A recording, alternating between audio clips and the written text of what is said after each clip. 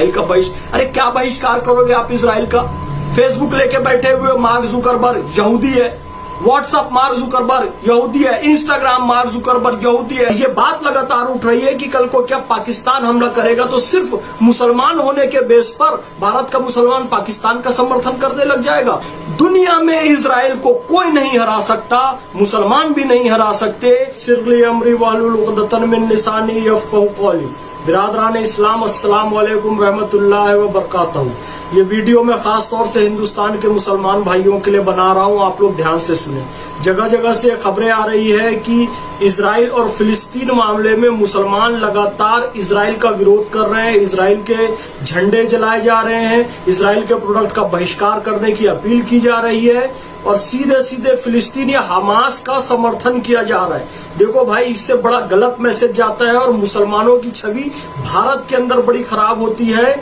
आपको यदि बोलना है तो पहले अपने देश के हिंदू भाइयों के हित में बोलो। आप शक के दायरे में तब आते हो जब आप कश्मीर पे नहीं बोलते, कैराना पे नहीं बोलते, केरल पे नहीं बोलते, चिकन नेक काटे जाने पर नहीं बोलते, भारत तेरे टुकड़े होंगे इंशाअल्लाह पर नहीं बोलते। लेकिन जब आप हमास और फिलिस्तीन के समर्थन में बोलते हो तो ये पता चलता है कि आपको देश के हिंदू भाइयों से ज्यादा फिक्र फिलिस्तीन में रहने वाले मुसलमानों की है। और ये बात लगातार उठ रही है कि कल को क्या पाकिस्तान हमला करेगा तो सिर्फ मुसलमान होने के बेस पर भारत का मुसलमान पाकिस्तान का समर्थन करने लग जाएगा। और कुछ नामाकूल किस्म के मुसलमान जो भारत में है वो अभी भी पाकिस्तान क्रिकेट में जीतता है तो कोई फटाका फोड़ता है, कोई पाकिस्तान का झंडा लगाते हैं, कोई पाकिस्तान जिंदाबाद कहने लगते हैं। ऐसे लोगों के कारण मुसलमान वैसे ही शक के दायरे में हैं। और अब ये हरकत आप कीजिए ना। आपको मुसलमानों से मोहब्बत है दुनिया के, आपको फिलिस्तीन के मुसलमानों से मोहब्बत है, उनके लिए दिल में दर्द है। ठीक है, मैं मान लिया मुसलमान होने के नाते आपके दिल में दर्द है। आप चाहते हैं कि हिंदू भी मुसलमान के खिलाफ जो हमला हो रहा है उसके खिलाफ आवाज उठाए, चाहते हैं ना? तो पहले आप हिंदुओं पर जो जुल्म होता है हिंदुस्तान में उसके खिलाफ आवाज क्यों नहीं उठाते? क्यों आप डॉक्टर नारंग के लिए आवाज उठाते, भरत यादव के लिए आवाज उठाते, अंकित गुप्ता के लिए आवाज उठाते, आप उनके लिए आवाज नहीं उठाते? और फिलिस्तीन के लिए, हमास के लिए जब आवाज उठाते तो शक के दायरे में आना लाजमी होता है। इजराइल का बहिष्कार करो, इजराइल का बहिष्कार। अरे क्या बहिष्कार करोगे आप इसराइल का? फेसबुक लेके बैठे हुए मार्क जुकरबर्ग यहूदी है, व्हाट्सएप मार्क जुकरबर्ग यहूदी है, इंस्टाग्राम मार्क जुकरबर्ग यहूदी है। आप जिन कम्युनिस्ट का सहारा लेकर भारत तेरे टुकड़े होंगे इंशाअल्लाह के नारे लगाते हैं, वो कार्ल मार्क्स जिनकी औलादे हैं कम्युनिस्ट, वो कार्ल मार्क्स यहूदी है। आप कैसे बहिष्कार कर सकते? ये पूरे बैंकिंग व्यवस्था, ब्याज व्यवस्था, इंटरेस्ट की व्यवस्था यहूदियों की बनाई हुई है। आप बायकॉट कीजिए, मार्क्सवादी व्यवस्था का आप बायकॉट कीजिए, कम्युनिस्टों का बायकॉट कीजिए, यहूदियों द्वारा बनाई गई ये बैंकिंग व्यवस्था का बायकॉट कीजिए, बैंक से सारे अपने अकाउंट खत्म कर लीजिए, आप इंटरेस्ट नहीं लीजिए ना दीजिए। इस्लाम में तो मना है ना, फिर क्यों बैंक में अकाउंट खोल के रखे? ये यहूदियों के द्वारा बनाई गई है।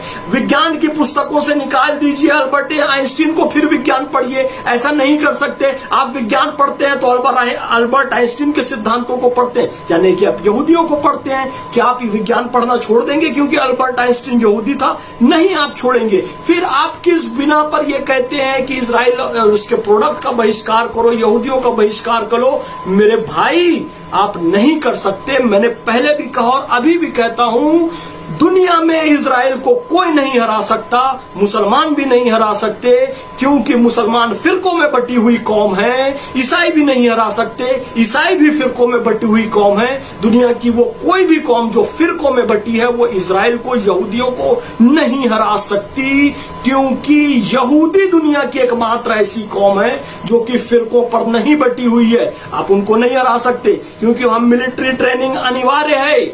आप उनको नहीं हरा सकते क्योंकि वहां का हर एक बच्चा सैनिक है। आप उनको नहीं हरा सकते क्योंकि आज भी वो अपने पवित्र मंदिर में प्रवेश नहीं करते, वेस्टर्न वॉल के बाहर खड़े होकर प्रार्थना करते हैं। और वहां पर प्रवेश इसलिए नहीं करते कि उनको लगता है ये पवित्र जगह पर हमारा पैर नहीं पड़ना चाहिए। आप उनको नहीं हरा सकते क्योंकि दुनिया में कहीं भी यहूदी बच्चा पैदा होता है तो वो जन्म से ही इजराइल का नागरिक बन जाता है। उसको कोई कागजी कार्रवाई की जरूरत नहीं पड़ती है।